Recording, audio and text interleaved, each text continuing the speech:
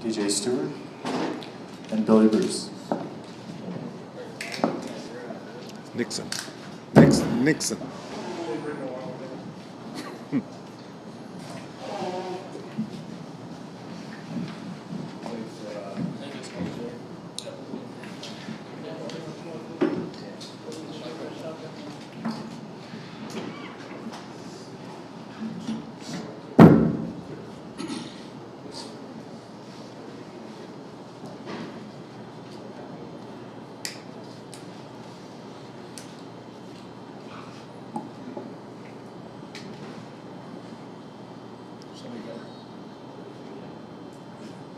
We can start. Coach, go ahead and start us with an opening statement.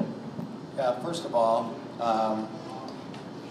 it was a special year for us at Fenwick. First time Fenwick's gotten into the state championship game. We were very excited to represent Fenwick.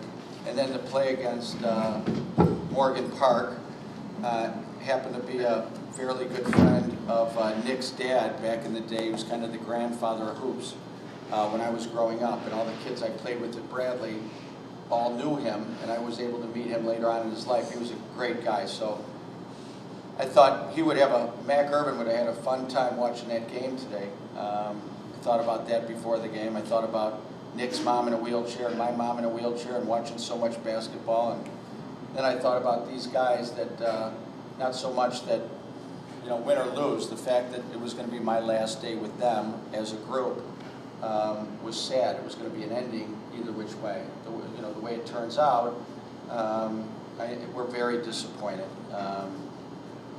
We're very disappointed because, you know, we had a chance to win a state championship and we just didn't make plays down the stretch. But we're not disappointed in anything else. We're not disappointed in our effort or not disappointed in our team.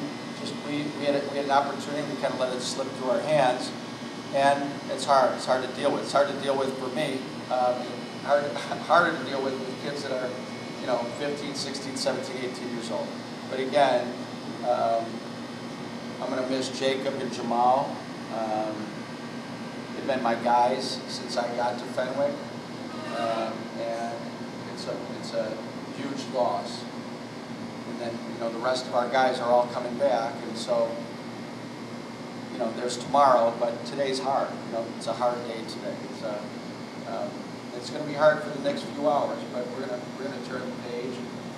We talked about in life, you learn lessons, hard lessons. That's where you learn. You don't learn lessons by winning. We've had a lot of winning, and sometimes winning, you don't fix little things. Losing makes you, I know for a coach, you watch over film, you pour over film, you do stuff when you lose. We've been pretty fortunate. How many games in a row have we won? I think since Simeon, on Martin Luther King Day, we talked about it in the locker room, said we're not going to lose again the rest of the year. And we came close to doing that. 4 months ago, when Jacob was the quarterback of the football team, and they kind of got the season, taken away from him by a bad call, we had a dream that how cool would that be 4 months from then, his first time he joined the team, is if in 4 months he was, standing with the championship trophy. And that was another dream. And, second place ain't too bad. So sad that we lost, but I love my guys. I got great kids. Questions? Coach, you've been around a little while there. I mean, to see two freshmen, DJ and their kid, Mark, have you ever seen anything like that from two freshmen? We knew that number 10 not only could shoot from distance, but he shoots from distance in prime time situations. So I thought the first time we lost him, I thought the second time it wasn't a great shot. Like, we're up 1, and I was hopeful that they'd take a bad shot. Turned out to be a dagger, but that kid put on a great show today from the perimeter, and DJ, DJ's been DJ, and DJ's not DJ without, the upperclassmen allowing DJ to be DJ. So, yeah, something to look forward to. There's some good freshmen in the city. What were you thinking the last few minutes about Jacob and Jamal on the floor, just in terms of Can I swear? You know, we haven't played without Jacob and Jamal all year.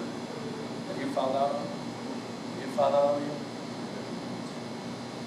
You know, so it was a different situation for our guys. And for the most part, you know, we hung in there. But these guys have been through the wars. You know, these other guys are learning the wars. You know, DJ's going to be better next year because of what he went through this year.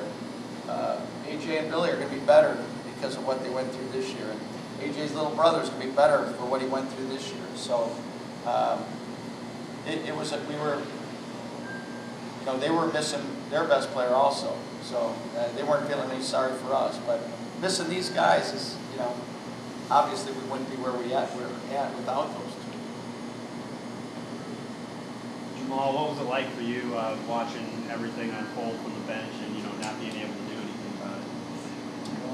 It was pretty hard, especially I know it was a tough call to last one, but you know, it is what it is. But you know, can't do much. I just really want to be in the game. Knew I should have been, and just to see those guys, you know, out there without me, it was sad. But you know, there's not much you can do. So I'll just focus on what I can do for the team from the bench, just giving guys confidence, giving them pointers, stuff like that. So you know, once I'm on the bench, I fouled out. I figured it's not about me anymore. We got a game to go win, so. I was proud of the guys how they fought and stuff like that, but you know I couldn't do much. So it's on me to give them confidence and keep them going, keep their heads up and stuff like that. So, Jacob, I know you've had a rough end to 2 seasons, but not too many people are the focal point at the end of the football season and the end of the basketball season like that. That's pretty remarkable. You think you'll be able to look back ever on it fondly? Maybe. I hate losing, period. So I think down the line, yeah, but not anytime soon. So. Jacob, try to describe what it's like having, you know, just some really hard losses to end, you know, the last few seasons for you in both football and basketball. At the end of the day, it's just a game. You know, I've been through a lot worse things than, you know, losing a game. But just, you know, seeing those guys cry in the locker room and, you know, DJ and, you know, all these guys cry, you know, that's really the tough part. You know, like I said, it's just a game. I've lost many games. I've won many games.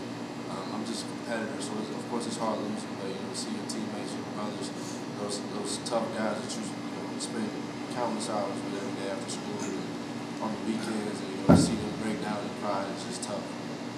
Were you trying to kind of hold it together for everybody there after the game? Yeah, I mean, I didn't want to start crying, but you know, it happens. Sometimes you cry. Well, your hand was wrapped today. Was that a recent injury, and did that affect you today?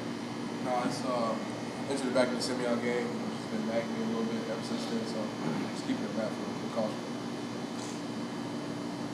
Yeah, you know, the one thing just about Jacob is, you know, putting things in perspective. He was the quarterback on the football team and the quarterback on the basketball team, and he was probably a top 2 finisher in both.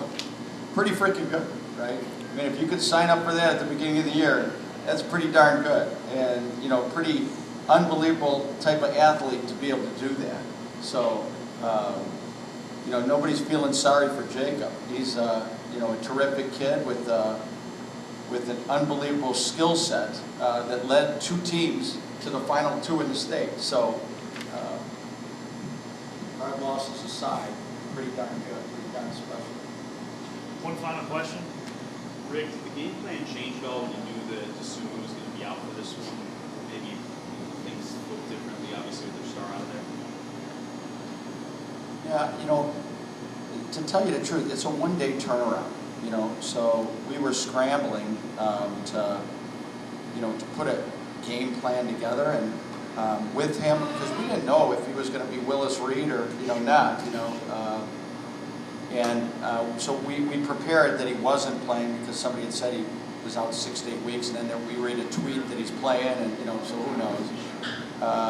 But, you know, we were going to pressure them a little bit more without him, obviously. And, you know, Nick started the game surprisingly, like with 3 bigs, and I'm like, okay, because we're not big, you know, I mean, we're very small, but we got off to a decent start. You know, at the beginning of the third quarter, we kind of, you know, just were uncharacteristic. And you get a 25-minute halftime, it's just unusual, right? I don't know if that had anything to do with it, or, but fought back, got a nice lead, and just, you know, just didn't make plays when we needed to make plays, and that happens sometimes. Coach, thank you. Thank you, appreciate it. Thank you, guys.